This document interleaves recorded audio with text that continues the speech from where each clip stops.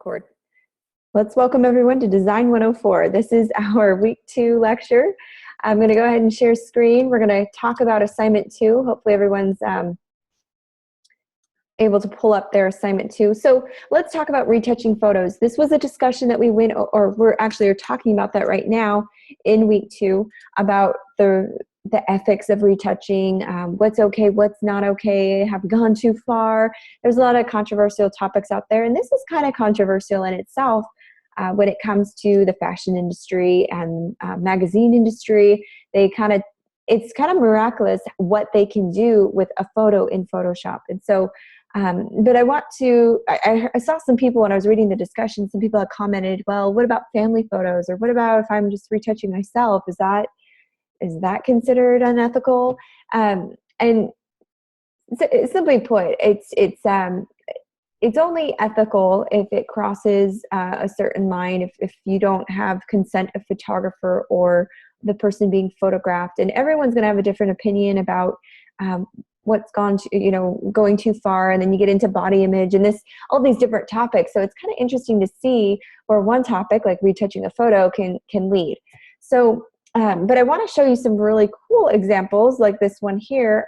If you can see it, it's kind of small. See if I can zoom in. This is an example of an amazing talent to be able to retouch an old photograph and make it look like new. A lot of people get paid some big money to be able to do this, to be able to take an old photo and restore it back to new. A lot of people pay for this kind of thing, whether it's family history or being able to retouch an old photo that's been broken down and it's part of your family, whatever it is, or even historical photos and such. So for this assignment, we're going to learn how to kind of do a little bit of this. We're going to touch on it briefly. But again, you almost need a whole class on just retouching photos because there's so many different tools that you can use, lots of different ways that you can go about it. I'm going to talk about a few.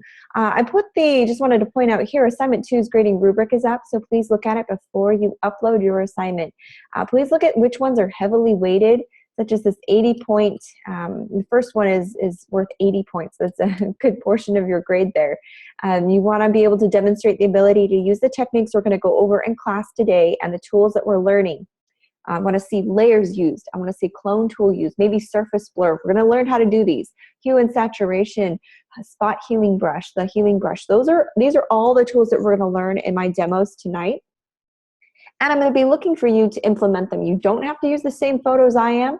You do have to pick two of the 3. So remember, 2 of the photos to restore. You have 3 to choose from, and you need to pick 2. I'll be doing 2. The 2 that I feel probably be the easiest and save you the most time. And again, these photos aren't very forgiving because they're very low resolution. So I guess the best rule of thumb is when you're retouching a photo, you need to make sure it's as high res as possible because then you get a really desirable effect. If it's not very pixelated, you will have trouble getting the effect that you're looking for. But these photos, they're tough. So I'll show you the best, quickest, easiest way to go about this assignment if you haven't already done it. All right, so I'm going to be using, okay, so Joshua, you're choosing the same ones I am? Okay, perfect. So that'll make this tutorial a lot easier. I recommend sticking with the ones that I'm doing because I'll show you exactly how to do it. But again, you are free to do whatever you want. It's your choice. All right, so anyways, pay attention to the grading rubric here before you upload, just so that you can make sure you get all the points required. You will pick 2 of the 3 of these images, and then remember to watch the kind of file extension that you need to do. Last week I didn't go over how to save a file as a JPEG. I think I briefly touched on it, but I put in the announcements the step-by-step instructions on how to do that. I'll go over it again tonight. So hopefully we have time to do that. Again, make sure your file size is not very large. With a JPEG, you can save it as medium or low to cut down on your file size, and I'll show you how to do all that. Always keep your native file in case I have questions. Want to make sure it's your work, or maybe you need to go back and make changes. It's really good to keep your PSD files. So just make sure you keep a folder, whether it's each week's assignments or just the monthly assignments. So with that said, I like to reward those who have come to class. I like to go over the quizzes beforehand. So whether you're watching from home or you're attending via the live lecture. We're going to go ahead and go over these quiz questions. Today, Monday was closed, but we'll go over Tuesdays. And I don't read these ahead of time, so you can learn by my mistake, or if I happen to get one right, then we're all better for it. So let's see what this one is. If you haven't taken it today, you're welcome to do it while we're doing it. Okay, so you have to watch this video. Again, these aren't to keep you from watching the videos. I usually try to help you on the ones that have to do with loans or financial aid and non-graphic design related questions. But vector graphics are often what to raster for usage? Does anyone know? Imported, exported, viewed, or saved? Okay, let's try exported. Good job. Very nice. So it's exported. And the video will explain. Let's click next. Go to the next one. Again, it's a video. The shortcut for the paintbrush tool is, what do you think? Command P, P, B, Command B. I'll zoom in here so you can see it a little bit better. I'm seeing P across the board, so we'll choose that.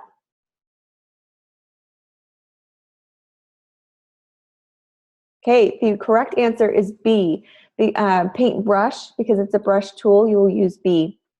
You ever want to know what a shortcut is on the toolbar, you can either hover over the tool, hover your mouse over it, and it will show you what the name of the tool is, and then in parentheses, it will give you the keyboard shortcut. Same with all your drop-down menus in your Photoshop menu bar at the top. You can just click on something, and it will show you on the far right what the keyboard shortcut is. So kind of cool. So please don't mistake this. It is B is the correct answer.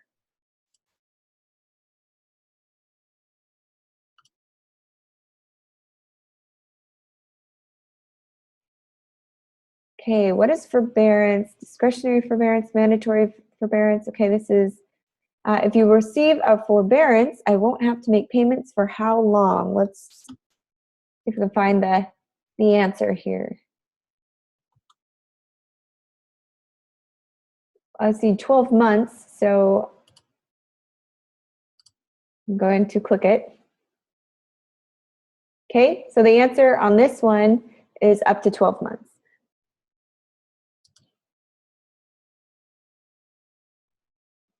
Okay, and this is Fridays.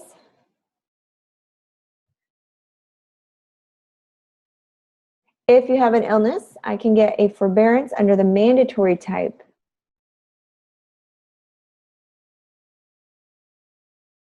Looks like if you're serving an internship, I'm gonna say false. True, is it true, Daryl? No, it's true. Looks like it's false. Okay. We'll do one more, and then the rest are up to you. I think the last one's up to you. Okay, watch this video. Again, the shortcut to deselect something is what?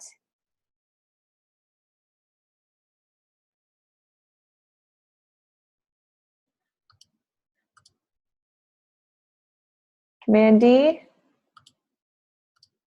Let's see. Good job, guys. Command D. All right. Well, there you go. There are the quiz questions. Everyone should get 5s all around. Okay, let's jump into Photoshop, because last time I had a whole lecture planned, but we didn't even have time for it because of the tutorials. They took so long. So I want to make sure we get this, because this assignment, we actually have an assessment along with it. I want to make sure that we go over this well. Okay, if everyone can download this image, it's Harley before. I don't know which image that comes out to be. It might be image 1. Just download this one from the class assignment. And give me a thumbs up, smiley face, whatever you can to indicate that you have this photo pulled into your Photoshop and ready to go.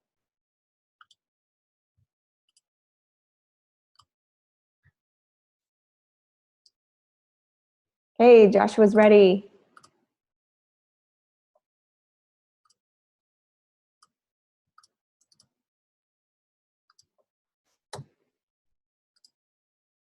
Okay.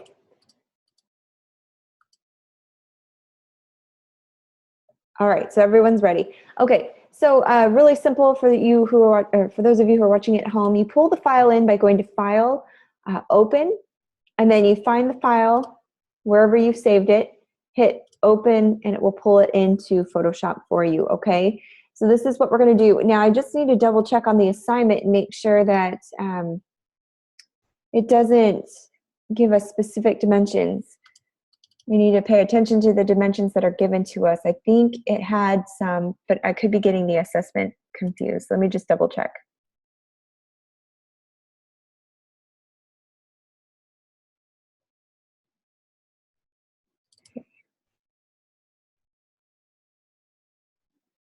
Okay, so there's no specific dimensions for assignment 2, so that's good. So just open it into your Photoshop, like you've got it.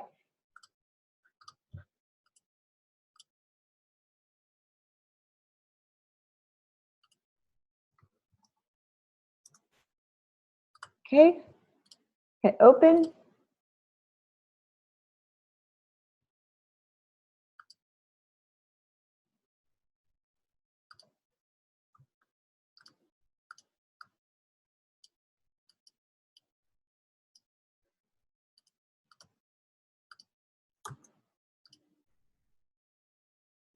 Okay, I might need to hide this one. All right, we'll just start over on this one. Okay, so I'll zoom in so you can see it. As you can see, she has some kind of rough skin. It almost looks like we need to do some touch-ups to it. So first things first, grab your magnifying tool and kind of zoom in. First tool that we want to use is the spot healing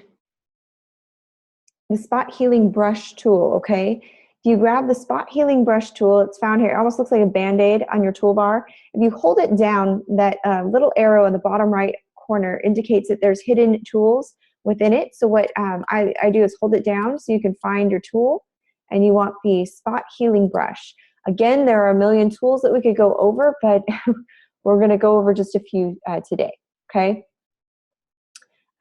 First thing, before we start doing, well, yeah, let's do the touch-ups first. So what this brush does is it takes the pixels and kind of averages it out. So you want to make sure that your brush, it has a very soft, I put 0% on the hardness, and then I try to make sure it's not too big. And then I kind of go in and try to touch up where I think it needs some spot healing, if you will. I'm just going to go over any of the acne. Now you can see the brush leaves spots as well. It's noticeable, so we want to make sure we're not using it, going overkill on this. I'm just going to get rid of a few of the little bumps that are raised, kind of smooth out our skin. And I'm just kind of clicking once on there, kind of getting rid of the more noticeable spots that you can see. Okay, and that's about all I'm going to do with that brush. It just goes in and takes out it kind of averages out the pixels around it and kind of what we call heals the spot. Next, I'm going to, are you guys with me so far using the spot healing brush on this girl? It's a pretty simple tool. It's just one click, pretty easy. Okay, now here's where we're going to get a little complicated. I'm going to send you the instructions. I'm going to put it in the chat box, so in case you lose me, you have this 6-step process. Okay, this Photoshop tutorial is going to be on how to soften skin with image 1. All right, I'm putting it in the chat box so that if I go too fast or you lose me, you have all 6 steps. First step we're going to do is duplicate the layer, okay? So what we're going to do is grab our move tool. I'm on layer 1, and I'm going to right click on it, click duplicate layer, okay? Give it a name so that you know. Layer copy is fine. So now this is my copy. Next, we're going to use what is called the surface, sorry, I spelled it wrong, the surface blur in the filter. What that is, zoom out, you can see my layers. So on the copy layer, make sure your copy layer is selected right here. You're going to go up to your drop-down menu to filter, scroll down to blur, and then surface blur is what we're looking for. Can you guys see that? So you go to filter at the drop-down menu at the top of your Photoshop bar, blur, or top-down Photoshop menu, blur, surface blur. I select that. I've given you some, I just lost you. Okay, let's back up. So make sure is your layer 1 copy selected. That's the first thing.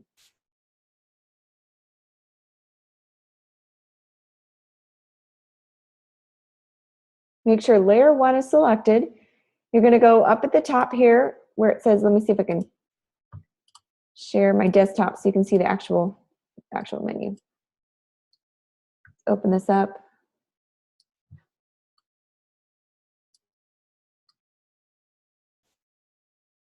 Let's pull it out. You didn't get the new layer? Okay, so what you need to do is once you've pulled this girl's photo in, you need to duplicate the layer. Right click, duplicate layer. So you right click, duplicate layer right here.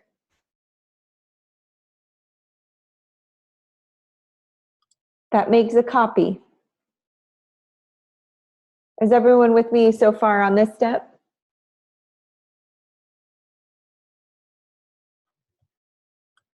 Okay.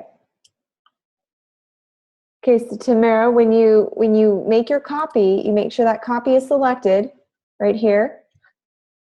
I'm going to go to filter, blur, all the way at the bottom. It's called surface blur. That's the tool you're looking for. Surface blur. And you can already see a noticeable difference when it comes up to its automatic presets. It smooths out, it blurs out that skin. It's a really cool effect.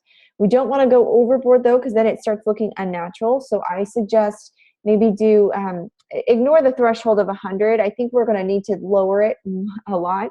You want, okay, Tamara, what you're going to do is right click on your layer. So to duplicate a layer, right click on your layer 1 and select duplicate layer. Okay.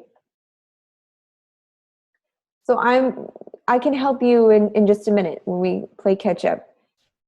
So and when you adjust the threshold, you'll see it kind of blurs the eyes a little bit and it blurs the rest of her features. You don't want that, okay? You want to get to a number that doesn't blur the eyes. So try to get as smooth of skin as you can without the blurriness on the eyes. So bring it down quite a bit. I think a safe number on this would probably be, I don't know, I think I picked 40. Just bring it down until the eyes are no longer blurry. Because what you don't want are blurry eyes, because then it shows that there really is an effect on here. So I'm going to stick with about 40. 40 looks like it's a good number. So radius of 20, threshold of 40. Your threshold is 15. You might want more, and I'll tell you why. This isn't going to be the final product. We just want something that shows smooth skin, so I would up it a little bit, Joshua, because later we're going to create a layer mask, and you can control how much of this shows through the layer mask, okay? So I would up it a little bit more. So I would suggest maybe 40 on your threshold. Perfect. Okay, yeah. And you'll see why. You can control it. You can bring it down to a 15 in a minute, but right now we want something in the background that's very smooth and glossy. We don't want to overdo it. I think the secret here is to just make sure that the eyes are no longer blurry on your threshold. There's still a little bit of blur on it, but we'll be able to fix that later. So just make sure that the parts that we want blurred out, like smoothing out her skin, make it look really glassy, that's what we want. All right, so Tamara, how are you doing? Were you able to duplicate your layer okay? So I'm going to stop right here and let everyone catch up. Okay, So does everyone feel good? Are we good to move forward? Okay, Joshua's good. Tamara, do you need any help? Or are you good at this point? Still need to catch up? Okay.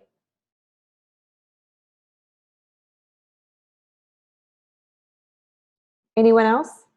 We good? Daryl, Dwayne, Arthur? We good to move forward? Good. Okay. All right. Well, the majority is caught up. We're going to go ahead and move forward. Tamara, if you need me to help, I can. I'll stop after this tutorial and help you. You can do a share screen. Okay. So once we have our layer copy and we've gotten that surface blur applied to it, we're going to create a layer mask. Does everyone remember how to create a layer mask? We went over this in week 1. This is an intermediate type of setting we're going to do, but it's extremely helpful in a lot of ways. Okay, so how you do a layer mask, you go to layer, make sure your layer 1 copy is selected right here. Almost all of our work is going to be done on this layer copy, okay? So we go to layer, layer mask, reveal all. Okay, so you go to the drop-down menu, layer, layer mask, click on reveal all. What that does is it creates a layer copy right here. Now the layer copy as default, mine is white. If yours is white, we need to make it black. So what we're going to do, I'm going to double click here. Whoops, let's see. I'm going to grab my paint bucket and I'm going to click on the photo with my black. I selected black and clicked on the photo with my paint bucket. Now that I moved a little fast. Now you can see my layer copy is now black instead of white. That's what we want. You always want your layer copy to be, or your layer mask to be black. Are you guys with me so far? Do you need me to back up? You got lost. Okay, a little confusing. I get it. Okay, so we're on our layer copy. We've just applied our blur setting. Go to layer, the drop-down menu, select layer mask, reveal all.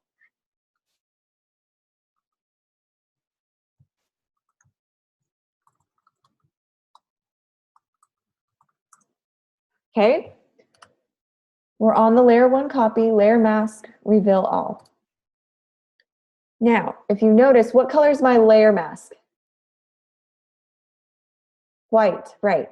We want black. We don't want white, okay? We need our layer mask to be black.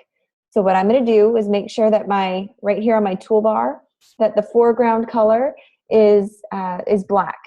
Once I've done that, I need to change this white layer mask to be black as well. So I'm going to grab my paint bucket with the foreground color set to black. I'm going to click on my picture. See my paint bucket icon right here? I'm just going to click once, making sure my layer 1 copy is selected. And what that does is it creates this black layer mask. So now it took away the effect that you can see. That means that that when I start erasing the layer mask, whatever glow or blur or whatever setting is behind it will shine through. Okay? Does that make sense? So what you're going to do is get your paint bucket, select black as the foreground color.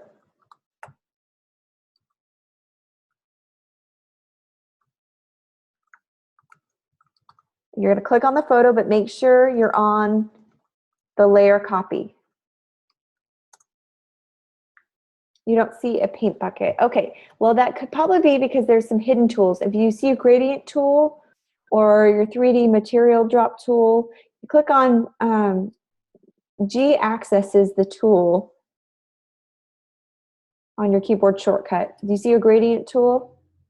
It's under that. It's kind of a hidden tool right here.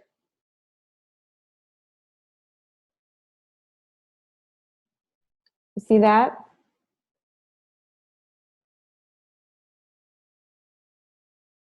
All right, so who needs me to back up? Who wants to share their screen so we can make sure we're all on the same page here?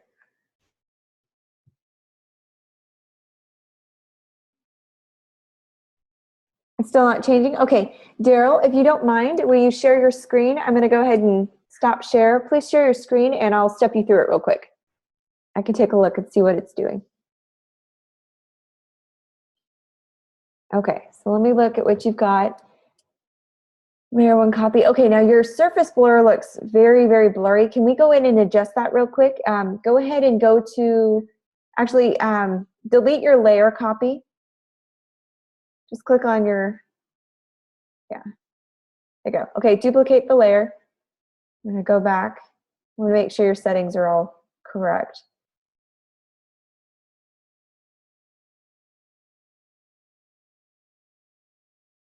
You gotta select it. Is it selected? Click it. Is the layer selected? There you go. Okay, hit OK.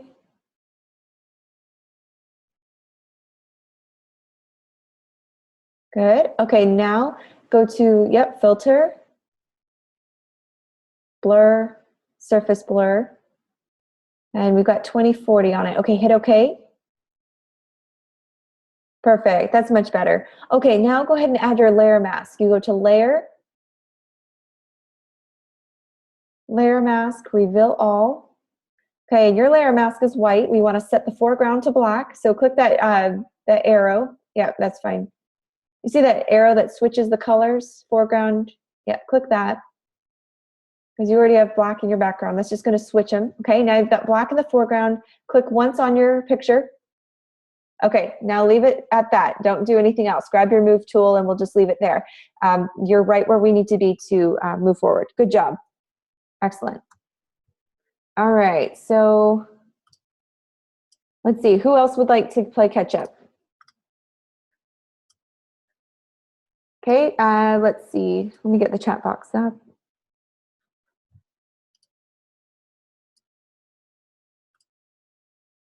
Okay, who was next? Let's try Tamara, and then we'll come to Joshua. Tamara, if you can share your screen.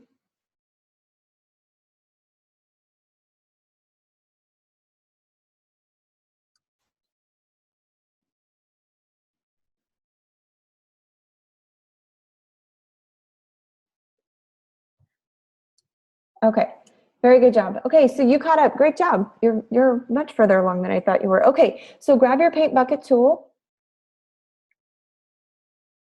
It's under your gradient tool right there. Hold it down. Hold it down. See that paint bucket tool right there in the middle? Select that one. Now click once on the photo.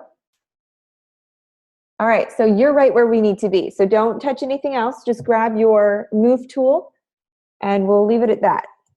Okay, so you're right where we need to be. Just wait for further instruction. All right. Okay, Joshua, go ahead and share your screen.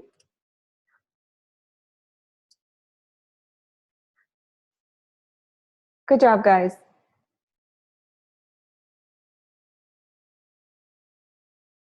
Okay, Joshua, when you're ready.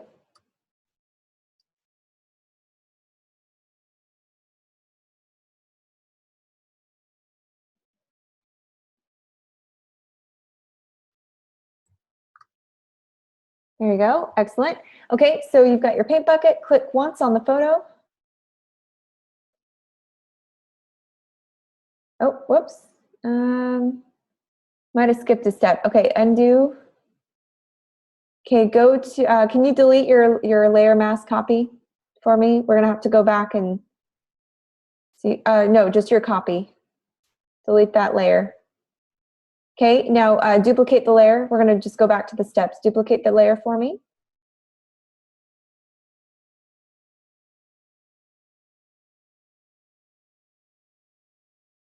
All right, now if you will add the surface blur, go to filter, blur, surface blur all the way at the bottom, and then 2040, okay, hit okay. And then if you will add a layer mask, go to layer, layer mask, reveal all. Okay, now we go ahead and grab your, okay, it's all changed. Click once on the photo. There you go. Okay, awesome. I'm not sure why I was doing that earlier. Probably some settings got messed up. Okay, you're right where we need to be. Very good job, Joshua. All right, so I will go ahead and pull my stuff up. Here we go. Anyone else need to play catch up? Anyone else need some help? Or are we good to move forward? Hey, no problem. You guys did great. You guys were quick learners.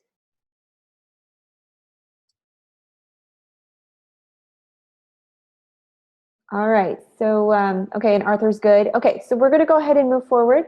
If you need me to stop, just let me know. All right, so now we've applied a layer mask. Here's where it's gonna come in handy.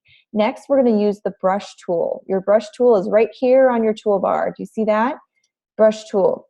You don't want a very big brush, but you do want a very soft brush. So make sure you select a soft brush. I'm gonna bring my hardness down. Well, I'll keep my hardness at about 25. I can adjust it later. My opacity, I want to be about 20%, maybe 10 to 20%. And then what I'm gonna do, I'll zoom in here so you can see. I'm gonna go in here, see if it's gonna apply. Might need to adjust my opacity to 30%. I'm just gonna go in here. Oh, I know why it's not working. Make sure your brush, now we have to set the foreground color to white right here. Otherwise your brush tool will not work. So make sure your brush tool is on white. Okay. So I'm just gonna go in here at about 20 to 30% opacity. Here's the trick to this. You want to do around the eyes. You do not want to color the eyes. Here's why. And you don't want to color the hard edges like around the nose or maybe the shoulder or the lips. You just want to trace the inside of the face. This is because you want to preserve the hard edges. This makes it look more natural. If you color over the eyes and all the hard edges, so I'm just going to trace her lips here. I'm going to leave that hard edge. I want to keep everything defined. So everything underneath the shadow of her nose, I want to kind of keep and preserve. I'm not going to go over the shadows too much. I'm just going to go over the top of her nose here. The reason why you want to set your opacity to low, like 10 to 20%, is you want a really natural brush on this. And I'm just going over the more rough trouble spots on her face. So I'm going to kind of trace the eyebrow, kind of go under her cheekbone here. I probably want to lower this to about 20% because you want more of a natural brush. So again, I'm not going to do the lips. I'm going to kind of trace around it. I'm going to trace around her shoulder line because again, I want a really soft, I want that hard edge because it will kind of separate everything else and kind of make the glow on her look a lot more glassy.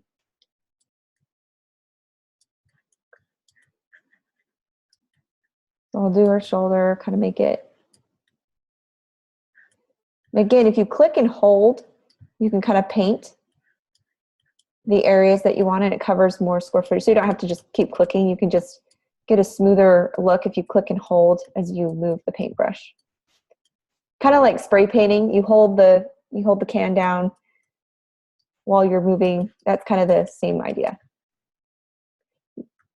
You can't tell a difference? Not yet anyways. You will.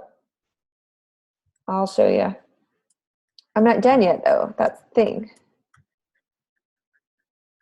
You'll notice a significant difference in the before and after. The reason why we had to apply the layer mask is because we don't want a fake glow on her. This kind of lets us preserve the spots in her skin a little bit. It still makes it look natural. Kind of going under the eye here, getting rid of the bumps on her nose.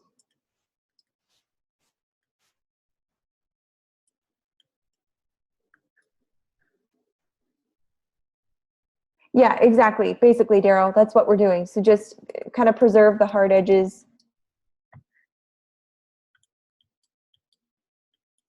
Kind of under the eye is going to be a little tricky on that right eye, so I'm going to lower the size of my brush so I can get in there a little bit more. Yeah, the reason why you want to preserve the hard edges is you want a more natural look. You don't want to kind of have everything blur together. I'm just going to kind of keep the hard edges of her nose, but I'm going to kind of get rid of the rough bumps that you see.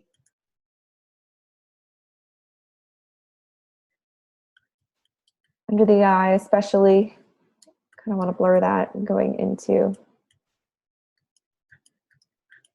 I mean, I doubt some of you guys, you know, are familiar with how to apply makeup, but it's kind of the same concept for you ladies. Just kind of go around the zones, the T-zone, the nose, forehead, very light,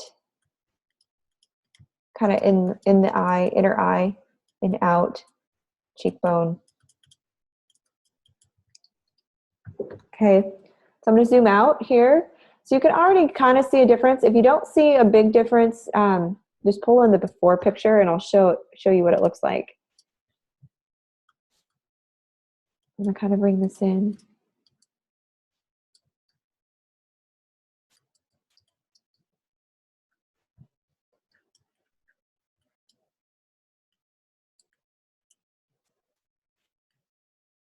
All right, so there's my before. She has a little bit glassier skin than the other one. I'll go to the other one so you can see the difference. There's that one. There's this one. See that? So this is the effect that we're going for. Okay, so Arthur, if you want to share your scale, if you want to share your screen.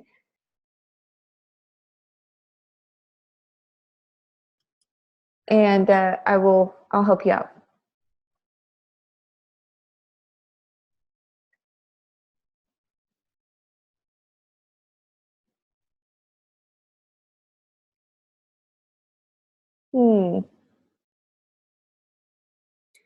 Let's see, let's go back. We're gonna probably have to start you over. If you can delete that layer, we're gonna have to start from scratch. I'm not sure where we got lost. Okay, so duplicate the layer, yep. Surface blur, yeah. Go to filter, blur, surface blur. 2040 looks good. Okay, go to layer mask, or go to the layer mask, reveal all. And, yep, grab your paint bucket, click once. Now go to your paintbrush. Okay, good job. Now try. Perfect. So kind of just go around the edges until it starts. And you can see on your layer mask, it's already kind of doing that. So just keep going over. If you want to see more of a difference, you can change the opacity, but that's already smoothing out and I can tell. Awesome, good job, Arthur.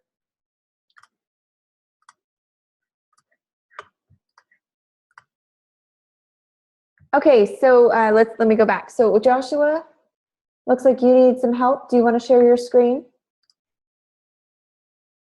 Yours looks fake. Let's take a look. Okay, nice job. Probably because you had the opacity set to 78% when it should have been 20 or 30%. I would never exceed the opacity beyond 30% because then it will give you kind of that fake look. So what you can do is hold down Command Option Z, or if you're on a Mac, and that'll kind of back up your paint job. So keep hitting it, Command Option Z about 10-20 times until you can kind of back it up a little bit, and then change your opacity to about 20%. I would not exceed 30%, but about 20%, and then that way you can apply it. Oh yeah, you're gonna need to do your paintbrush, or I'm sorry, your paint bucket. Change the foreground to black. Yep. Click once. No, whoops. Oh no, went too far. Here, can you go to your edit? Go to edit. Will it allow you to step forward a few times? Because I think we fixed this problem. Keep going. Oh, it won't let you. Okay, we'll probably have to start over applying that copy. But just remember to apply make sure your opacity is about 20 to 30%. It looked like you had 78%, which is why you were getting that effect. Do you remember how to do it? Do you want me to step you through it?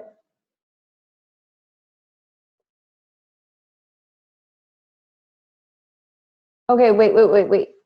You'll need to undo because you didn't undo that paint job you did on her face. So Command Z will step you backwards a few times. Do it one more time. You might just need to delete that layer altogether and start over. Just throw it in the trash can and then just duplicate it. There you go. Okay, and then duplicate the layer. Good job. Go to Filter, Blur, Surface Blur. Settings should be there. Hit OK. Now go to your layer, then Layer Mask. Reveal All. Then you want to change that to black. So grab your paint bucket. Yep, exactly. Click once on the photo. Okay, now grab your paintbrush. Yeah, change it to white and then grab your paintbrush. Excellent. Remember, change your opacity to about 30, no more than 30. So I did about 20, 25% should be good. And then go to your brush tool and make sure it's on a soft round. Up at the top there, do you see your 30? Yeah, you can change the hardness. Yeah, very soft. And that should be good. You can have a little hardness in there, that's fine. And then just go over her T-zone, all the areas that you want to kind of soften up. But yeah, I wouldn't exceed 30% opacity on this brush, just because then you do get kind of the fake look that you were seeing. Good job. Okay, so let's do, okay, so Tamara, do you want to share? Yeah, and then we'll go to Daryl right after. And forgive me, I don't know if it's Tamara, Tamara. I'm sorry if I'm pronouncing it wrong.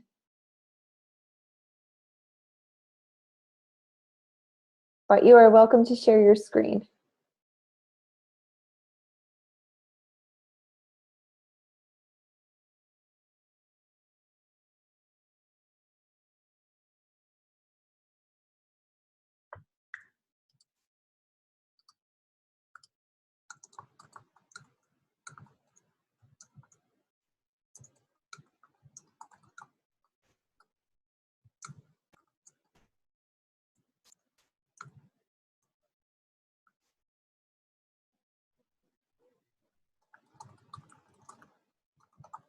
Okay, so Tamara, can you share your screen? If not, we'll go ahead and move on to Daryl. It's up. Okay. Oh, perfect. I know, Arthur, you're not a girl. But just think kind of the T-zone, the forehead, the nose, kind of create that T, and then just smooth out any of the rough spots on her skin. You don't want to see bumps. You just want it to all be smooth and blurred and blended. But yeah, you're right. It would be helpful if we all were familiar with how to apply makeup. Okay, so this is yours. Very good. Can you zoom in for me?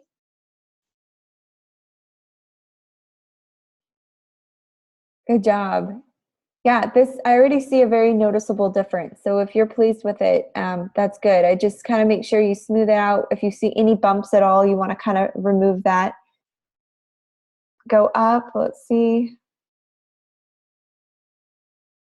Yeah, and make sure you get really under that eye, and then just kind of get to the edge of the eyebrow, and then the inner eye there, you kind of want to smooth out. So, but otherwise her skin looks noticeably different. I do still see some, oh, make sure you're on your layer copy though, before you make any changes. There you go. Yeah, I just still kind of trace her lip. I see a little bit. You just want to make sure it's all blended in really nice, but it's looking really good. Good job.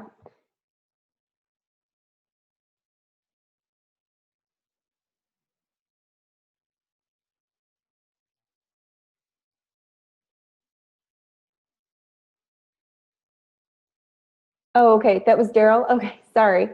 Okay, go ahead, Tamara, go ahead and pull up your.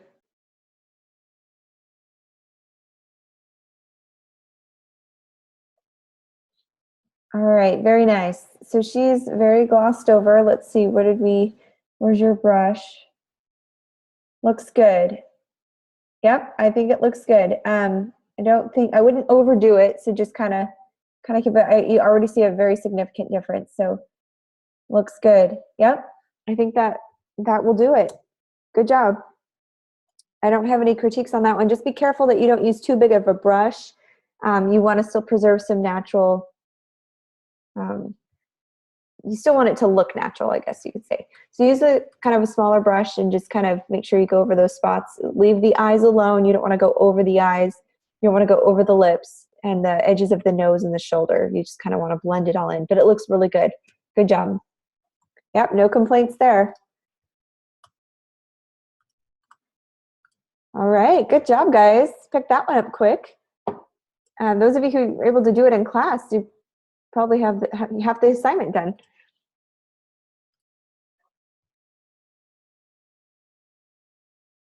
Okay, sorry, I got you guys mixed up. All right, anyone else would like to ask questions? Do you want me to look at your screen? Are we good? This concludes this tutorial right here, okay? For this one. And I'll post the step-by-step instructions. It's only a 6-step process, so it's pretty simple. I'll post that in the announcement so you guys have access to it. But otherwise, you should have this one down. So I would save it. So let's save it. This is part of the assignment. We want to make sure we're saving it correctly. It says save as a JPEG, okay? Are you guys familiar with how to do that? You're going to go to the File drop-down menu. Click on Save for Web. It should just be a refresher from last week. And notice how it says JPEG high up here by the presets. I don't want that because then my file size is really big, and then when you're uploading it to Dropbox, it will take eternity to get there. And then when I'm trying to download it, it'll take me an hour to download just one file. So what we're going to do is just set it to medium. It's a good middle ground. You could set it to low. That's fine too. It'll give you a display here. Medium. Yeah, let's just do low. It'll be a smaller file size. I'll still be able to tell a significant difference in the face. But select low, and then down here, you'll hit save. Don't hit done, hit save, because you want to save the preset. Give it a name. This is assignment 2, design 104. And then your last name or something that I can identify it with. And then save it. I save it to your desktop unless you have a folder, a designated folder. Hit, and then I'll hit save. And there you go. That file is saved there. And that's what you upload to Dropbox. So if you've already done this, you can upload it to Dropbox and then start the next one. So, okay, Joshua, do you want to share your screen?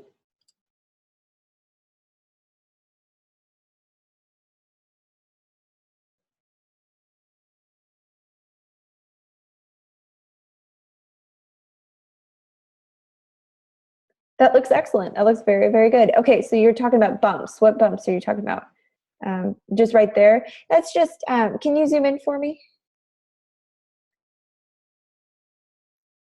Okay, so I think this looks really good because it looks natural to me. If you're still seeing some blemishes that you want to get rid of, that's where you can go in and use your spot healing tool like I did at the beginning. That would be something you would apply to your layer 0, okay, not the copy. You'd apply that to layer 0, and then you go in and use your spot healing brush. The bump you're seeing right there is just your shoulder blade, so that's normal, that's fine. But I'm just concerned with blemishes, the acne, just kind of smoothing the skin out. But if you go back to your photo so I can see it, if you widen your screen a little bit, it already looks significantly different. So go to layer 0.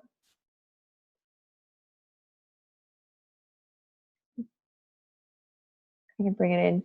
And then hide your layer copy. Just hide it. You can already tell that you did some good stuff there. Yeah, so then click on your layer copy. Yeah, you can already tell you smoothed it out quite a bit. So I think this is good to go unless you want to kind of perfect it and spend a little bit more time on it. That's fine. If you do want to get rid of some blemishes that you can see underneath the blur, that's when you'll use your spot healing tool. That's usually done at the very beginning though, and not after. So you can go back to your original layer and kind of touch her up a little bit and then apply the blur tool.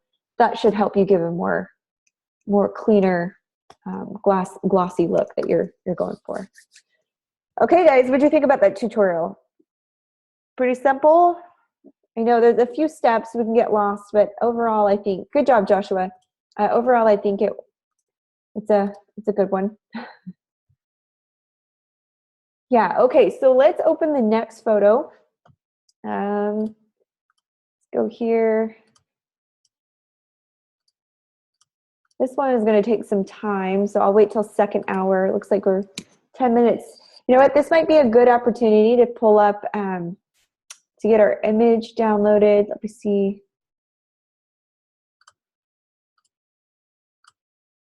I'm going to go to File, Open, and I'm going to search for my image. I think this was, is it image 2? Image 2 is a very hard one because it's so low res. It's going to be hard to fix. So we're going to work on this one, and they are not going easy on us because this again is going to be kind of tricky to make it look natural. Because if you see here in the top right, there's already some paper that got ripped off of it, and we have to restore that somehow. So here's a good. I'll kind of go over the first tool we're going to use before I go into the next. This tool has a lot of spots. It looks like it's been kind of shredded here on the right. We're going to implement the spot healing tool. So if you hold down on your, I think it's J on your keyboard, yeah, J, spot healing tool right here on your drop down on your toolbar. Select that. And what you're going to do is it will give you, let me zoom in and see if I can show you what it's doing.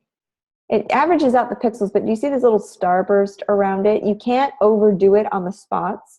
So if you start seeing that, you just kind of want to do it once or twice. But if you start seeing that, you need to stop because then it starts looking natural. Kind of spot healing tool may not be the best for this one. Probably going to have to rely on our clone tool. So in that case, kind of go over it. Let's use our clone tool. This will probably be a little bit better. So you want your clone stamp tool, okay? And the trick to this is it will copy anything you tell it to and apply it to your area. So you hold down Alt Option on your keyboard and your mouse looks like this. It kind of goes to a target symbol. You click it, telling it where you want to copy from. Click it once and then release the Alt Option button. And then you can kind of paint. And you see this cursor, this cross to the right of it? This is the surface area that it's copying. So it will copy anything that cross is on. It will move because your mouse is moving. Do you see how mine's moving? I'm going in a circle here. All right. It's tricky because it will copy whatever. If I start going into the bushes, it'll copy that as well. So you just want to make sure that you keep your cursor in line. All right. I want you to practice this. I would start over here in the grassy area. I'm going to kind of copy over here. Click once, hold down Alt Option, and then I'm going to just kind of go in the circular motion here, kind of maintain the natural look of it. If you don't want a very harsh look to it, you can change the opacity. I like the soft round brush, and I'm going to copy right here to the left of this spot. Let's see if it can kind of heal that area.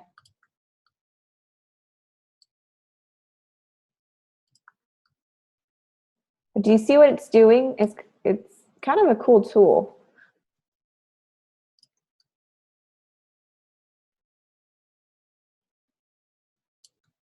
And then you might have to keep clicking little spots up and around it.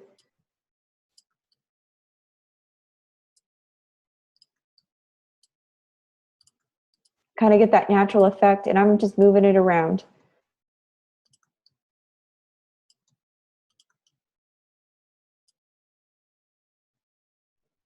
there a way to make the arrow closer?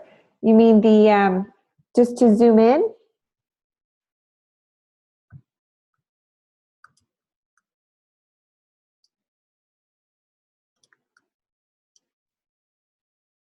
Is that what you're asking?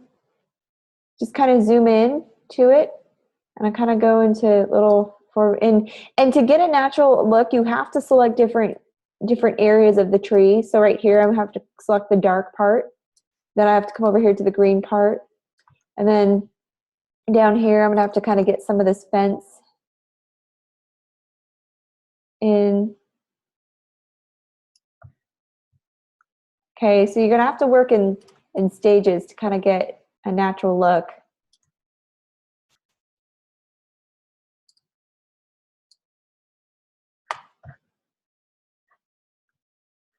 I'm gonna work in pieces here. Oops.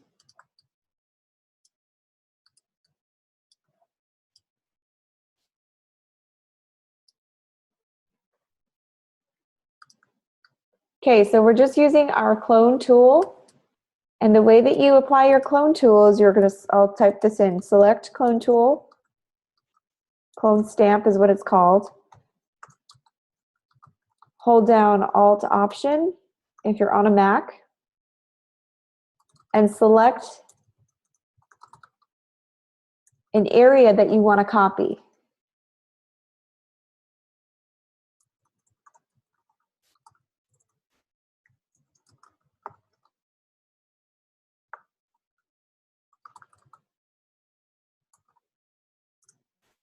So there's the step-by-step instructions.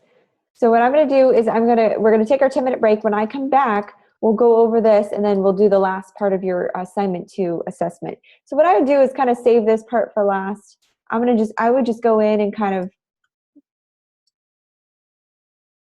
do these little spots so you can get rid of them, and do these first.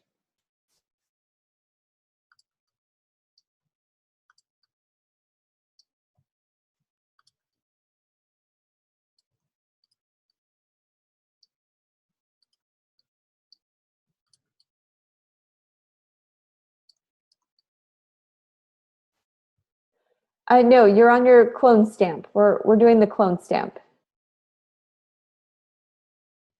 Okay, so Joshua, if you want to share your screen, I'll step you through it before we take our break.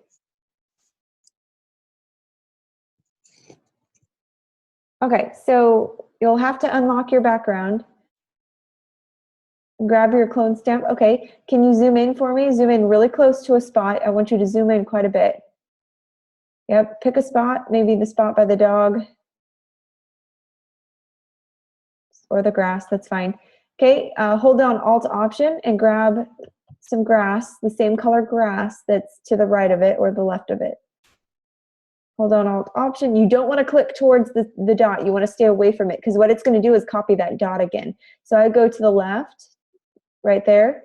Hold down Alt Option, click once with your mouse, then release the button and go color it. Hold down the mouse. There you go. And you can continue to kind of hold it down like you would a spray paint can. Kind of maybe go in a circular motion. But again, don't go crazy because it will start looking like you've duplicated a patch. So you kind of want to grab another patch somewhere. Try to stick with the same colors. If you're doing a lighter green, want to make sure. And you only want to color the spots. You're only doing this to color spots. Okay, and once you've cleaned up the spots, you're going to go find another one, grab a different area. You'll have to grab a different portion of that grass, yeah, so that it copies the correct coloring, and then kind of go in and around it. So that's how you use that tool. You can also adjust the opacity to get more of a natural coloring on it, but hopefully that helps, Joshua. That's the idea, and you'll have to do that on the spots. All right. Anyone else need to know how to use it?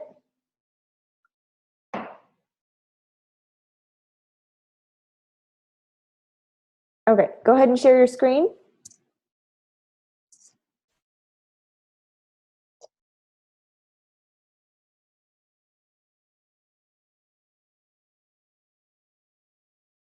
Okay, first of all, can you zoom out for me?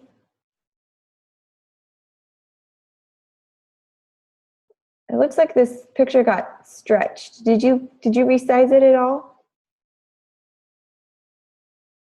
Try opening it, just open it. Go to Photoshop Open, and then you're not going to pull it into anything. Photoshop Open, Image 2, or 3. Yeah, okay, Image 4. There you go. Okay, there you go. That's what you want. So this is the one you want to work on. You have to unlock your background to get it to let you make changes to it. Okay, and then grab your clone stamp. It looks like it's already selected. Zoom in really close to a spot so I can show you how to use it. Zoom in really close. Do a Command plus until you get to an area. Okay, go to the grass area. Might be the easiest place to start. All right, and then hold down Alt Option on your keyboard. Okay, and go grab some grass to the left of those 3 dots. All the way over, all the way over. You want to get far enough away that it won't copy your spots. Okay, now click once with the keyboard or with the mouse. Yep, and then go color in your spots now. And just like that. Oh, whoops. Go to the left of it again. Go to the far left, right there. Hold down Alt Option.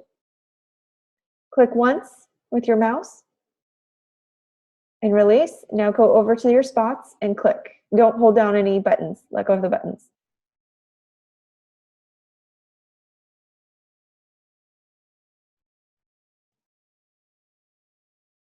Okay, so I think what's happening is that you don't hold down Alt Option, release that button completely. You only need to do it once to copy the area that you want to copy to the left of it, okay? So you go to the left of it, hold down Alt Option, click once. Okay, now don't let go of the keyboard, take your hands off the keyboard, move your mouse over to the spot, and just use your mouse as the paintbrush. Is it coloring?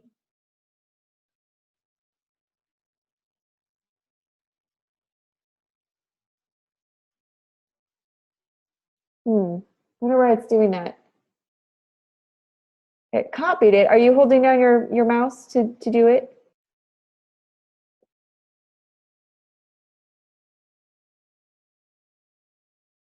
Here, I'll unmute you so I can talk to you. Okay, go ahead. Okay, yeah, I was holding it down. Let's see. Let's go back over here. So you only hold down the Alt Option button on your keyboard to copy. And then once you've done that, let go of that button on your keyboard. So you shouldn't touch your keyboard at all. Now you just, kind of like a spray paint can in your right hand, you're just gonna hold down your mouse and kind of spray paint the spots now. You've already copied what you need. So hold down the left button on the mouse. Click. Are you clicking? Yeah, yes, I'm clicking.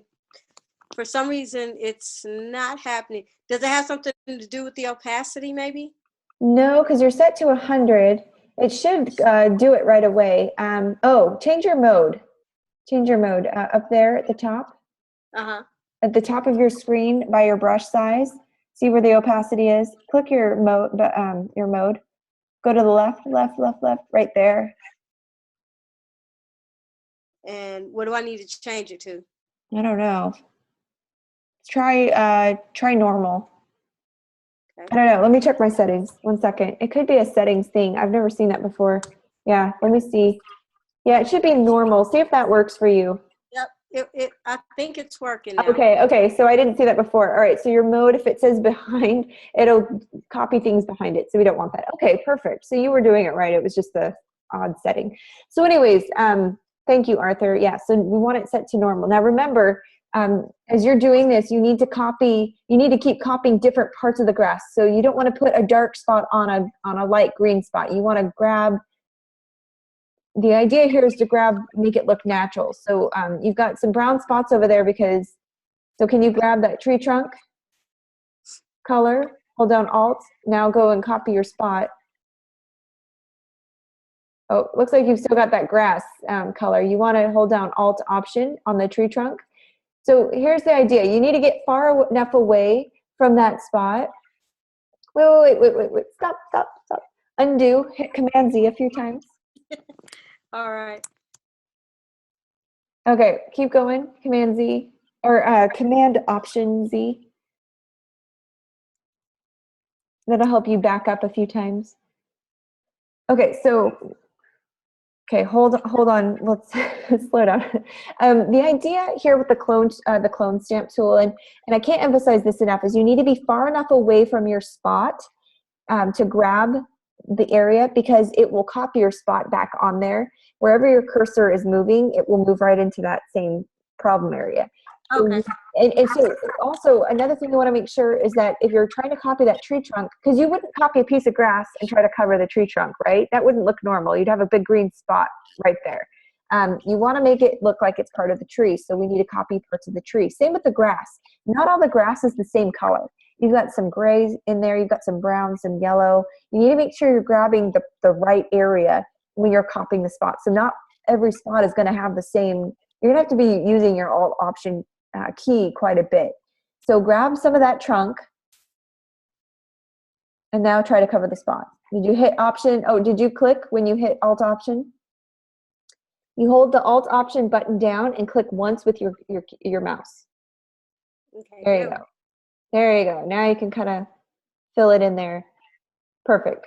You're going to have to kind of move it around like a paintbrush or like a spray paint can, and just maybe a little circle. There you go. But you don't want to do it too much because you don't want to copy, you don't want to look like you're duplicating patches of the tree, but that's much better. So just be mindful. You can see, if you just stop there, do you see how your mouse in your circle, how it's dark brown? Yes.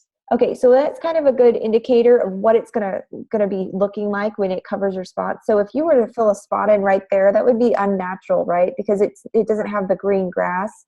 So you wouldn't want that. You want to make sure. So look at your clone stamp tool and pay attention to the shade that's in there. You want to make sure it matches. If it doesn't match the area that you're trying to fix, then you grab the wrong area. So just keep trying to match it as best you can. Tell if that part back there is grass or if that's a part of the fence. Yeah, it's back there. It's part of the fence. So you want to try to be 2 or 3 circles away, 2 or 3 circles in your cursor away from this actual spot, if you can. That'll allow you enough room to bring in the kind of keeping it natural, keep the flow in. Not too far. You just 2 or 3 of those little circles should be fine.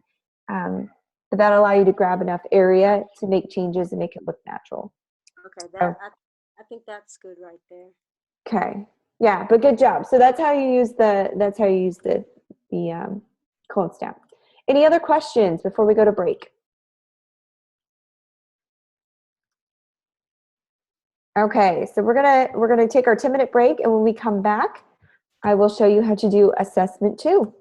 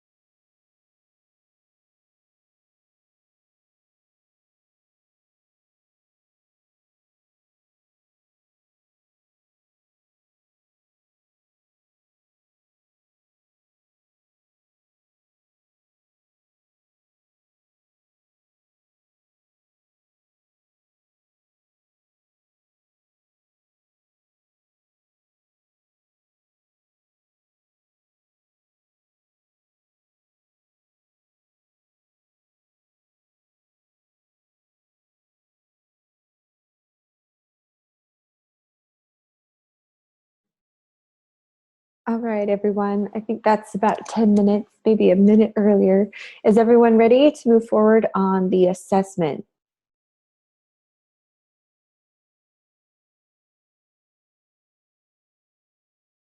Okay, that's a good question. So here's what you do with the big missing spot. You have to clone it. You'll use the clone tool to do it. I will show you what it will look like. I'll grab the clone tool.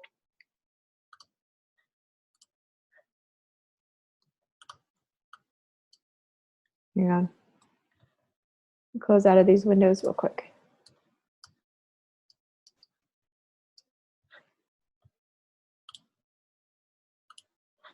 All right, so you want to zoom in quite a bit to this spot, and you're going to want to just take, notice how I'm grabbing from the top right, kind of bring it in. I'm just going to grab different parts of this tree.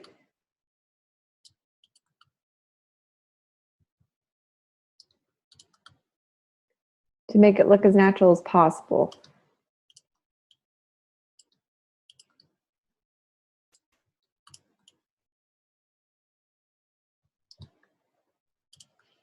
I'm grabbing different areas that I can get different results.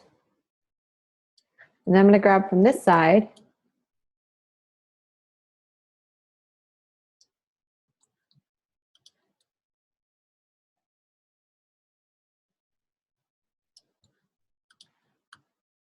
Kind of go across.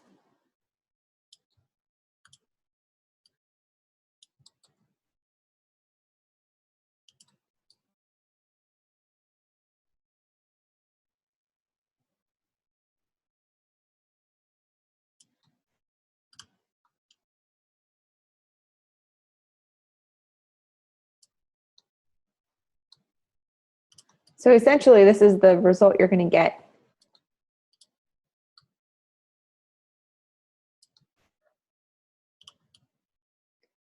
Kind of just filling in this tree a little bit.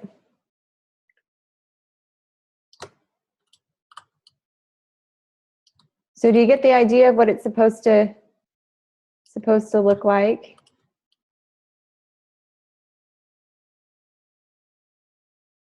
All right, and I'm even grabbing some stuff up here to kind of make the top look not so cloned, because when you start duplicating things, it starts looking unnatural. So you gotta make sure you've got you're grabbing from different parts.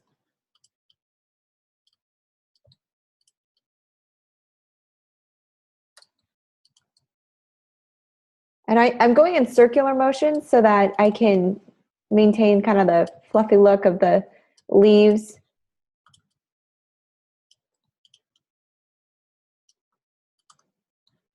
There's no real good way to do this. Photo is extremely low resolution, so I guess it's a little bit more forgiving, but at the same time, it's not going to look completely natural. We just have to make sure we're grabbing the right area.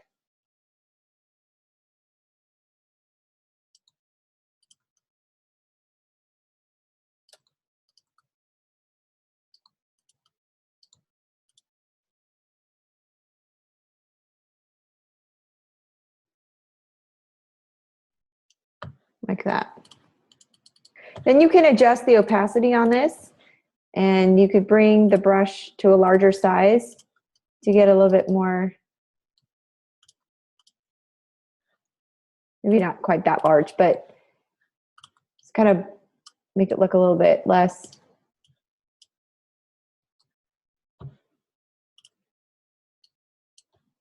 cloned, I guess. So when you zoom back out, that's what you get.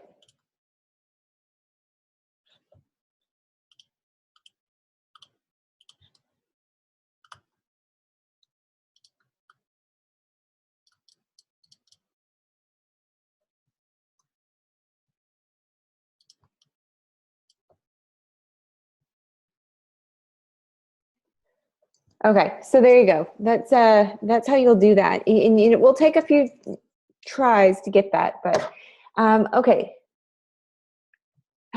You'll need to just, again, this is quick and dirty, but you'll need to just try to make it look as natural as possible. It's a tricky little spot and it's not very forgiving. So we'll have to kind of go over it a few times. All right, who's in line for help? Joshua, do you want to share your screen?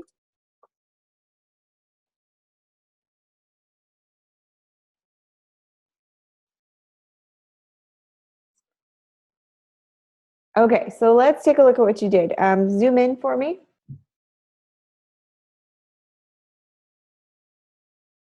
Okay.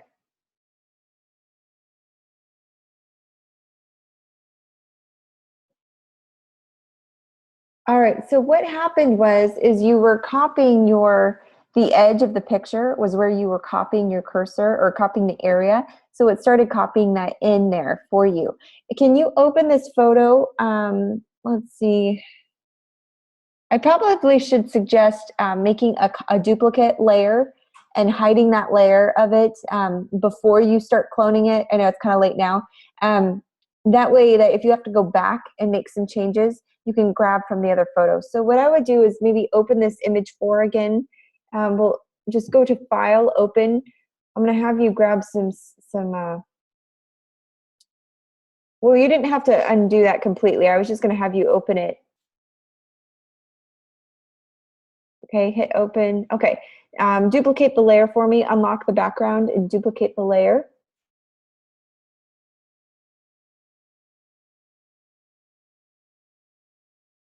And then zoom in to the layer copy. Or just kind of zoom in. If you do, yeah, Command plus will zoom in and then kind of get to the area. So what I would do is tackle a small area at a time, okay? I wouldn't try to do the whole white square. So what you're gonna need to do is maybe imaginary line. You've got 2 different trees that you're gonna need to copy. You've got that one on the left, which is that kind of grayish green bushy tree. And then you've got one on the right, which is that darker leafed tree, okay? So you're gonna need to incorporate a little bit of both into, and they're gonna have to merge somehow. So I would start with the one on the left. So grab the surface area on the left, yeah, right there. But I'd move away. Remember, you want 2 or 3 of those circles distance from where you're gonna be painting. So that's a good distance away from where you're gonna grab. So if you hold down Alt, and notice that you want to stay away from the edge as well, and look where your cursor is going to be going. So go ahead and start painting in small circular motions right where that tree is. You're going to be kind of, and look at your cross. That's where it's copying. So when you start getting to the top or maybe getting to a part where it's a different color, you might want to grab something else. Okay, now stop. I'd probably do 5 or 6 circles, 5 or 6 painting circles, and then grab a different area of that tree just to keep it natural. So right there. Okay, so now copy that area and go to the bottom, kind of go in circles. Okay.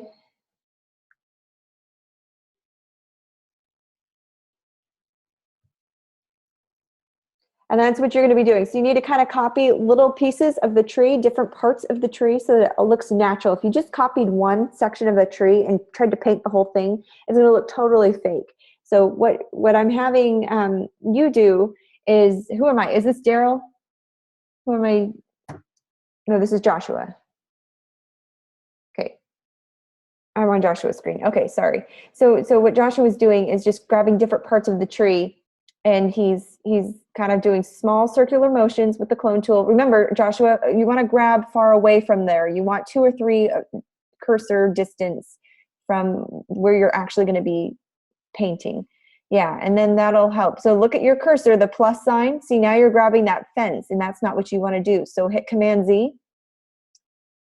Pay attention to that cross or that plus sign. That's showing you where it's copying from. So if you start getting into territory that you don't want to copy, you need to start it in a different place. Okay, so we'll let you work on that, Joshua. You'll do a little bit to the right, and then you're going to start a little bit on the left side, and then you're going to start copying the other side of the tree little by little. And again, you're probably not going to get all of it in this class time. You'll have to work on it at home, but that's the idea. It's already looking 100% better than what you had. So, so good job on that.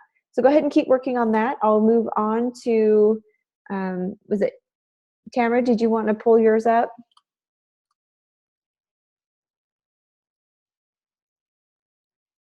And then we'll move to Daryl.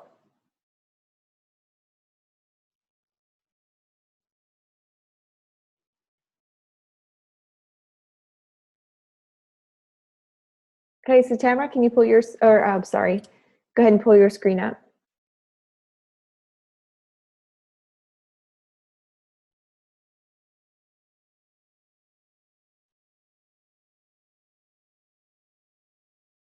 And we probably might need to move forward in about 5 or 6 minutes so we have time to at least get through the next demo, and then we can ask questions. Okay, so you're trying to do hair. So zoom in really close. Again, you need to zoom in to do these kinds of, this detailing.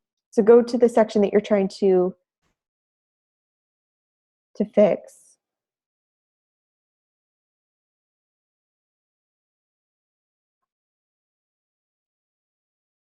Okay, so you'll grab, and usually, okay, so that's the spot you want to do. I would go across to the right a little bit, not all the way, maybe 1 or 2 circles, wherever it's dark, because you see that spots on that dark section of his hair, you want to copy that dark section. So I wouldn't go too low because you'll copy his eyebrow, and we don't want his eyebrow on his head.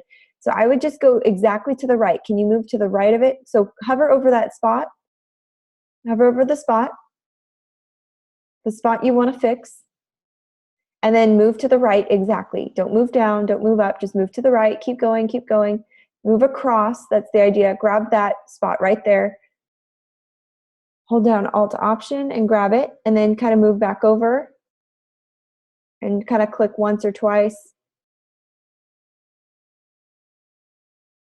Kind of move around.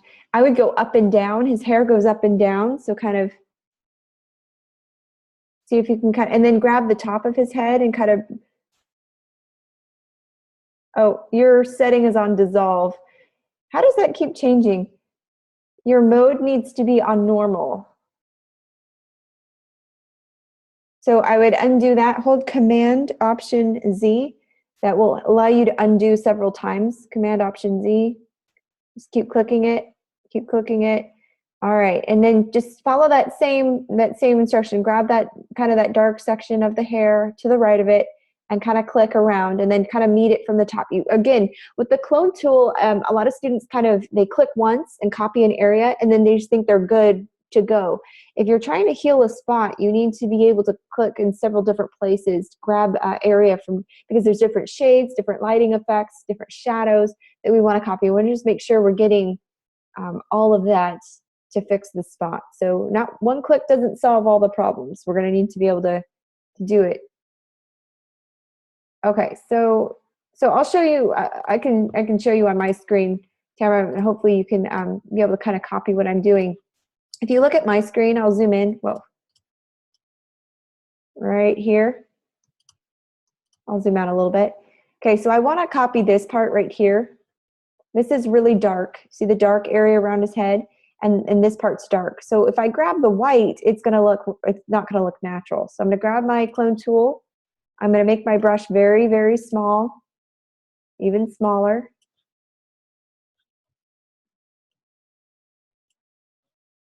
Okay, and I'm gonna grab this section right here, go across. Actually, I can even do down here, his sideburns, kind of bring it up. I'll grab over here. Whoops, maybe not. I'll kind of bring it in from the top.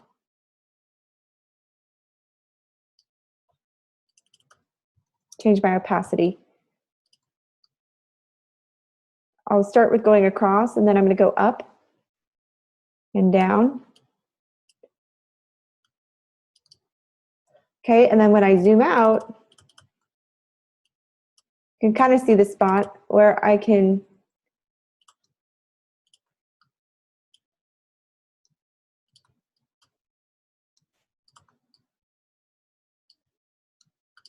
so I'm just grabbing different areas of the head, trying to match, and now you want to match lines too. So if you see lines, kind of want to match that as well.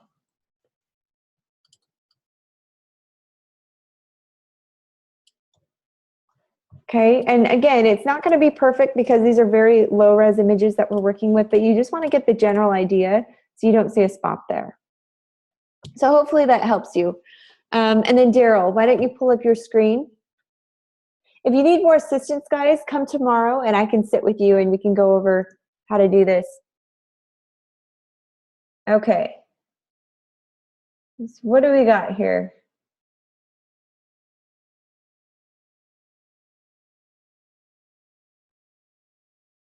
Well, you did a very good job. You got rid of all those spots.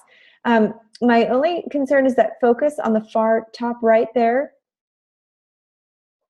The tree looks a little fake, a little, but we can fix that. So go zoom in for me to that section. Command plus, or you can use the magnifying glass. Great job on everything else, though. It looks good. All right, zoom out a little bit so we can kind of see the natural parts of the tree. Okay, so probably what I would recommend is if you grab some of the exterior of that green, see that green bush on the left, the tree on the left, you grab some of the, see that where it meets the sky, there's some patches of sky. If you can kind of make your brush a little bigger and then kind of grab some of that and bring it in so that you don't have a really hard edge on the right side. So you've done a really good job. We want to just kind of grab that. Yeah, and just kind of in circular motion, kind of a little bit at the top and then stop and then grab far left of that tree before you get to the trunk of the other one. Go up, up, up, up, up, up, right in that area and kind of bring it in so it doesn't have such a hard edge. And I wouldn't click, click, click, click, click. I would hold it down and do circular motions until you kind of get the effect you're looking for. But you might have to play around with it. If you do circular motions, that might allow you to kind of have a more natural look to your tree. Otherwise, I think that looks really good. I mean, it's really hard to get this effect. So just keep playing with that part of the sky and the tree and see if you can blend it a little bit more. Okay, very good job on the rest of the photo though. That looks excellent. I just now need to work on making it look a little bit more natural. And even you could even bring in another copy of this photo and grab more parts of the tree and paint it into this layer. That's another option. So, but excellent job. You did very good. Wow. First time round on the clone stamp. That's impressive. All right, guys, anyone I'm missing? Anyone else want to share their screen?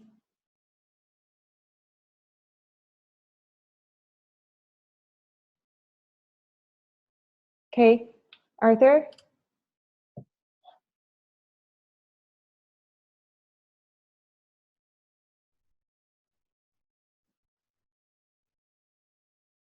Well, you guys are doing a very good job. I realize that this is a lot to throw at you, lots of different tools, but you guys are really handling it well. Very good, Arthur. Great job on your spots. Excellent. Okay, zoom in a little bit for me on the top right there. So what I recommend doing, it looks like you got rid of that patch really well. So in order to make it look like we didn't do copy, copy, copy on some of the trees, let's increase the brush size and change the opacity. Bring down the opacity a little bit on our brush. You want your clone stamp tool, make it a little larger. That's good. Probably we don't want it too large. Yeah, that's perfect. And then bring down your opacity to like, I don't know, 50%. You might need to play around with it. That's fine. It doesn't have to be exact. And then grab a patch and then move into a, okay, so how can I explain this? If you want to work on the bottom right side of your tree, you want to grab from maybe the top or the top left, just a different complete section, because what we want to do is kind of blur it a little bit. Don't just click once, maybe click in circular motions to kind of give it the look of a circular fluffy tree. You kind of want to make it look as natural as possible, as you, and especially on the top there of that tree. It's like we've kind of just kind of circular motions that kind of makes it look a little bit more natural. And then yeah, there you go. And that kind of takes away the copy, the clone of those strips that look like you use. So kind of, yeah, and then maybe grab from a different area, and same thing with the other tree. So kind of play around with that, and that'll smooth it out a little bit. Otherwise, you guys did a really good. You did a really good job on that. So hopefully that helps you. All right, anyone else? Okay, Jeffrey, do you want to share your screen?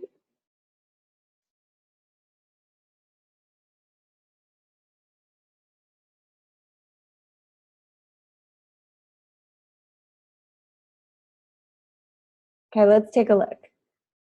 First of all, that looks very good. Did you just crop off the tree?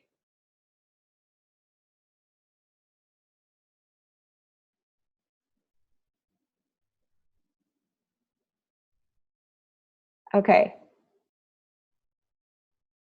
Okay, I see what you did. You just got rid of the tree altogether. That's a good idea. And it looks like you played with the hue and saturation a little bit too. So, so you did something with a group and you don't know how to get it off. Okay, so what are you trying? Oh, did you group something? Can you click Command Z? Or maybe right click on it and ungroup it? Does it give you that option? I just maybe back up. If you do Command Option Z, Command Z plus Option, and then go back a few times. Should be able to ungroup it by right clicking on it. Otherwise, did you merge the layers? Okay, scroll down, go down on that. Does it give you a chance to ungroup it?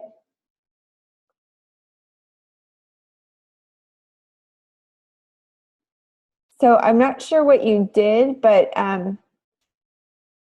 does it allow you to make edits to it?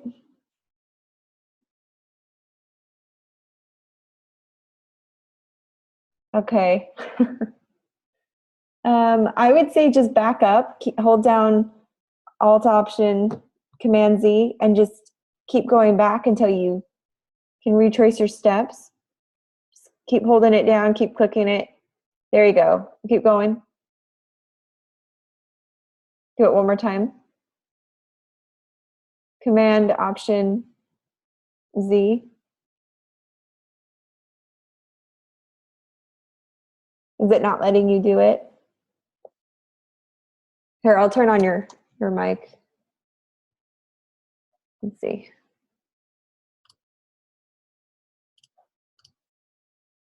Whose screen is this? Jeffrey. Okay. Okay, Jeffrey. Can you hear me? Yeah, I can. Yeah, I saved it, and when I opened it back up, it said this smart object thing.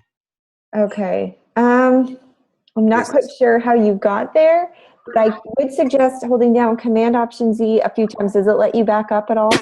No, it's because I did it. Oh, you closed it and then reopened it? Yeah, I did it last night, and I saved it, and I reopened it. And Got it. This.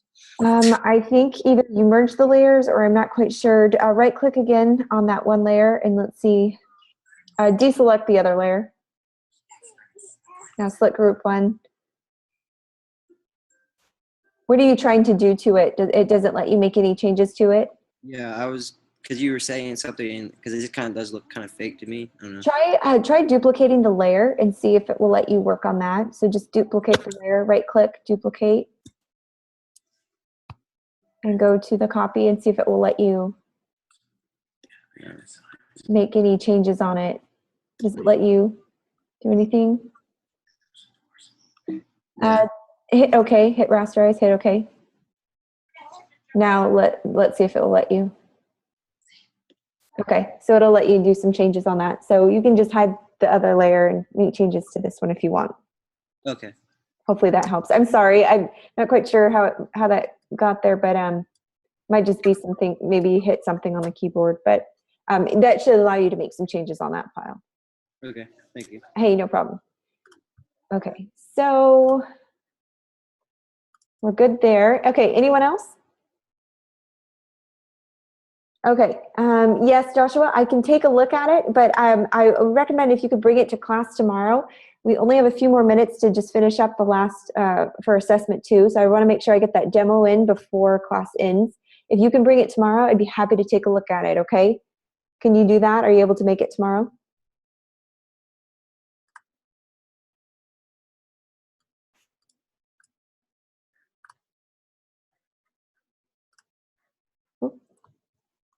I'll try. Okay.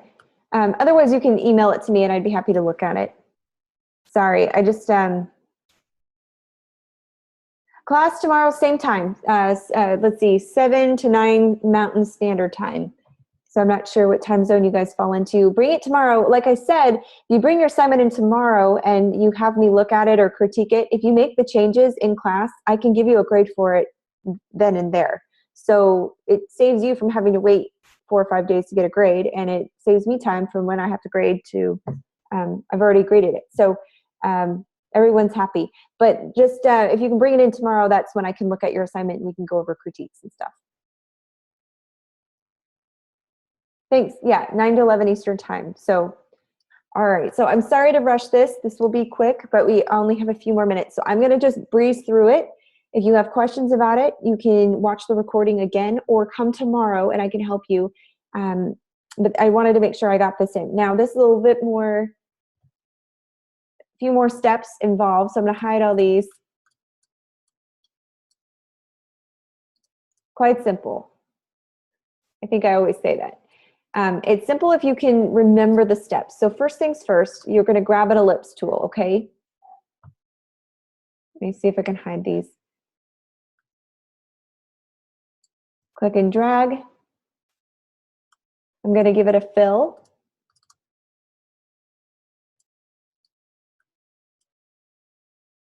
Can't see the screen. Thank you. Let me find Zoom. Thanks, guys. Sorry about that. Okay, so everyone can see it now. I apologize. We toggle back and forth so many times, I forget to share my screen. All right, so I just clicked and dragged an ellipse tool. The ellipse tool, the circle is found here on your toolbar, maybe towards the bottom. Okay, so it's just a circle. And what I'm going to do is give it a fill. All right. And then I'm going to grab my type tool. Now, when you hold down your type tool, you'll notice, again, there's this little arrow in the bottom right corner. This means there's hidden tools. So there's extra tools under this tool. I'm going to hold it down, and I want to click on the horizontal type tool right here. Horizontal type tool. Okay. Oops. Hold on. I'm going to back up. First, I want to remind you guys, this does have a dimension requirement, and it's to go to the assignment to see. Let me grab the assignment. Also, the grading rubric is posted for the assessment for week 2. Let me pull it up real quick. Come on, internet, don't fail me now. Hang on.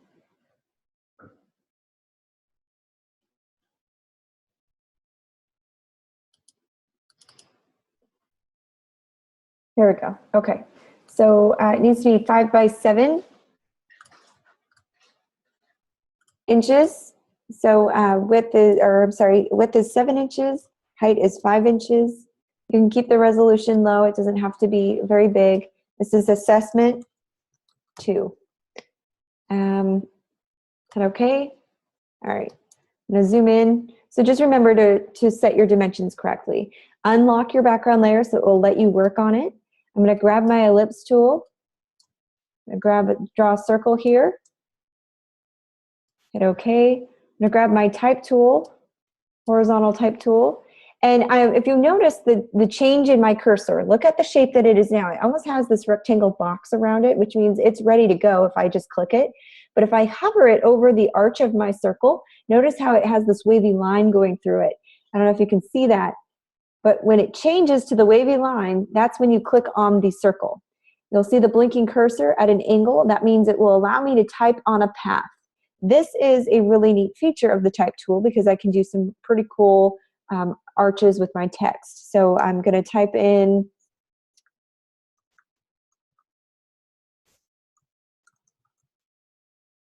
the company name. If I highlight it, Command A, and then I'm going to adjust the font size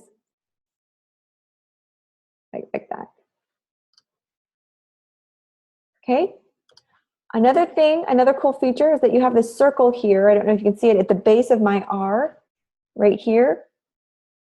And to adjust that, if I grab my direct selection tool, notice how my cursor changes again. It has this black arrow pointing to the left. That will allow me to redirect the direction of my text. If the arrow is pointing to the right, it's going to have me redirect whether it's reading from left to right or top to bottom. And I'll show you what I mean, because if I wanted to change it, I'm going to click and drag. See if it'll let me. Oops.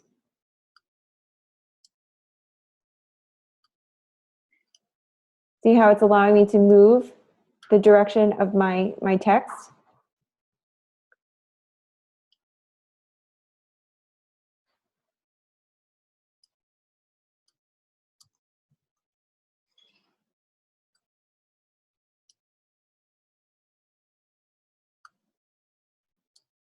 So anyways, it's giving me different effects. You can't see it because it's behind the circle. But anyways, this is the effect that I want to do for this one. I'm going to move it over.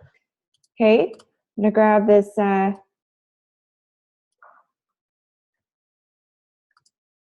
if it'll. Okay, so I've got this one done. I'm going to draw another ellipse tool. It's going to be a lot bigger than this one. Move it over here. And I'm going to send this to the back. I'm going to give it a different color, a little lighter color.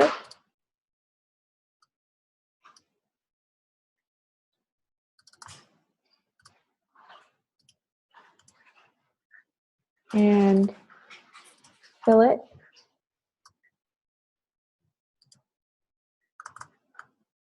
Oops. Anyways, we won't have time to go over the entire logo design, but I did want to show you how to type on a path. So with that said, let's try practicing it so I can make sure you guys have it. Draw an ellipse. So I'm going to delete this. Oh my gosh, time just flies. I wish I had time to go over it all. Hold down Shift, click and drag. Grab your horizontal type tool. Hover it until your mouse changes to that wavy line. And then click.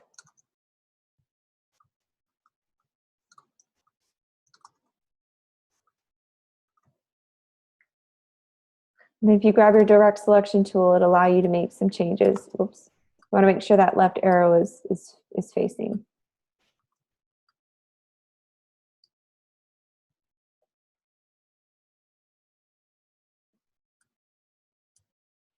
There we go. All right. Then you can later hide your ellipse tool and you're left with the effect that the text gives you.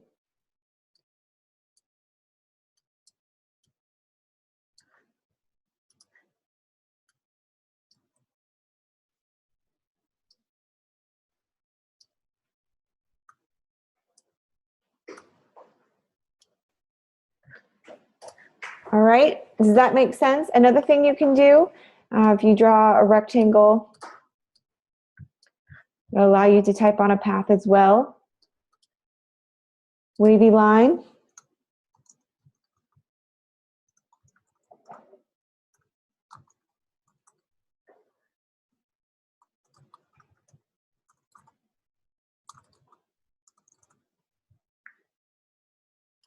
All right, so let's try that real quick before class ends.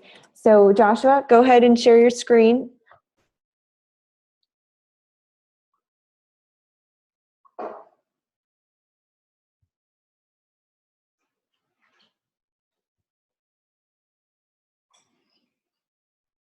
Okay, what you need to do is draw an ellipse. That's not your ellipse tool. You need the actual circle shape, which is at the bottom right of your toolbar. Hold down your rectangle shape. It's a hidden tool. Hold it down and select the ellipse tool. It's also U on your keyboard. Hold down Shift as you click and drag. That constrains the proportions of your circle, so it's a true circle.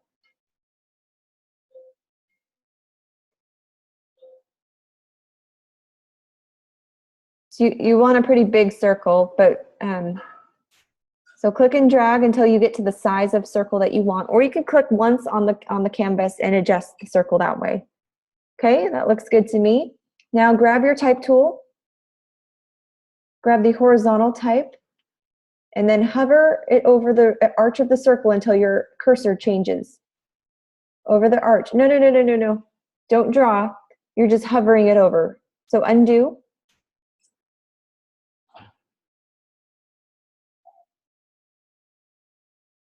Just delete that layer.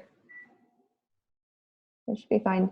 So you're not going to be clicking anything until your cursor changes. Hover the mouse over the arch of your circle. Just hover it until your cursor changes. Do you see that? Oh, you see that? So wherever you place it on the circle, that's where you can start typing. So if you want to start it more on the left, so you can click once you see that cursor change. Click once, and now you see your blinking cursor. That means you can start to type. Okay? So that's a type on a path example. And you'll need to change the font color so that you can see what you're doing. But that's the idea, is to get your cursor has to change before you can click on the circle. Okay? And I did a quick and dirty layout here. Let's see if I can find it. Might have deleted it. Oh, here we go.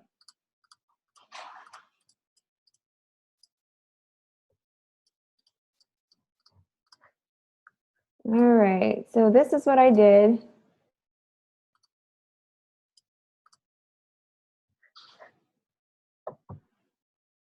Let's see.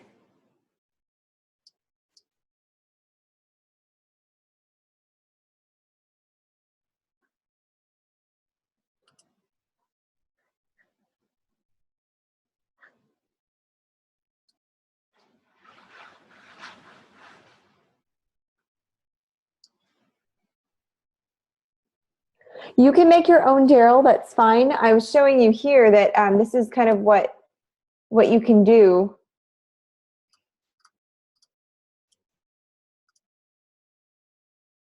You can create your own.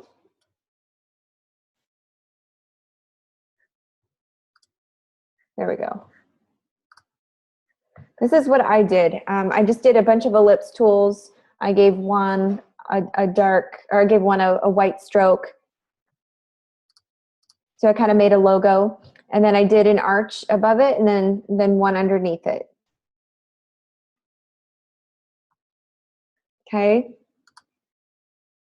So that's I kind of made my own logo, and you can use this. I'll show you the steps. Won't have time to go through them all, but I'll just kind of show you each layer. I found the coffee beans online. So first thing I started off with was a circle, an ellipse. I gave it a stroke, so it has this little lighter brown. Then I added my arch of text. Whoops. I added another arch of text. I just kept drawing shapes. Added another ellipse tool, or ellipse circle with the white border. Another one. I just layered a bunch of circles on top of each other. And then I just found these beans online. I just searched bean vector, and it had tons of options. So I just opened it in, and then just got my type tool and typed in since 1989. So this is kind of what I'm looking for. I want to see your creativity and using the tools that we've been learning. So the ellipse tool, the type tool, type on a path, and then how to, on the assignment, how to use your spot healing tool, the clone tool, the layer mask, just using layers in general. I want to see all these things applied into these next two assignments, okay? Are there any questions? I realize we kind of blew through this. If you need me to look at something, I can stay for a few minutes and look at it. Otherwise, I'll see you guys tomorrow. This is the assessment, Joshua. So last week, week 1, you had a quiz for the assessment. This time, it's an additional assignment. So two different assignments is what you're looking at. You've got to turn in. So give yourself a little bit of extra time on this one. Too easy, Daryl? Okay, Joshua, if you can come to class tomorrow, it'd probably be probably be best because then I can sit and review the whole thing with you. We can kind of go over our questions if that will work. Yeah, okay, come in tomorrow and that way we can spend some one-on-one time, get this assignment done for you. Yes, Arthur, completely creative, free to go with the design as long as it's 5x7 and then you follow the instructions on the grading rubric, okay? You do have creative license with this. I definitely want to see professionalism in your designs. I want to make sure that you have mastery, a good strong mastery of the tools we have been using. So check the grading rubric before you move forward with your design and make sure it falls in line with that. But otherwise, yes, you do have creative license. No, Jeffrey, it doesn't have to be vector images. What do you mean, to import into Photoshop?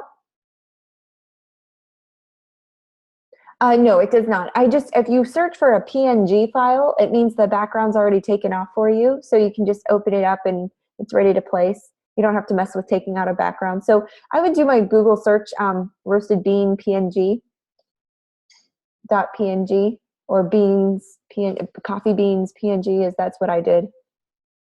So just make sure it has that background. That means it has a transparent background. So that might be easier, save you more time, basically. But no, it does not have to be a vector image. You can use photographs if you want. I just want to see some creativity. I also want to make sure that it makes sense. So are you creating a logo? Are you creating an ad? Make it applicable to the industry, something that is practical.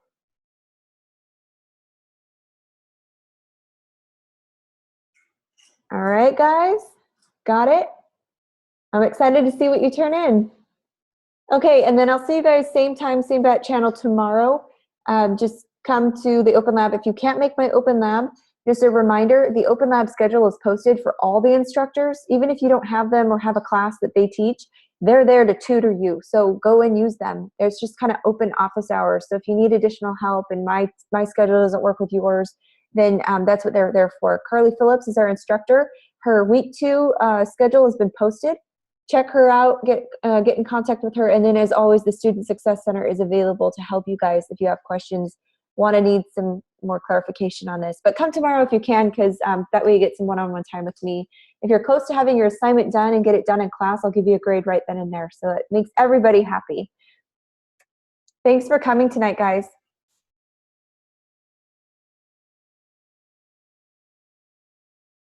We'll see you. Good luck.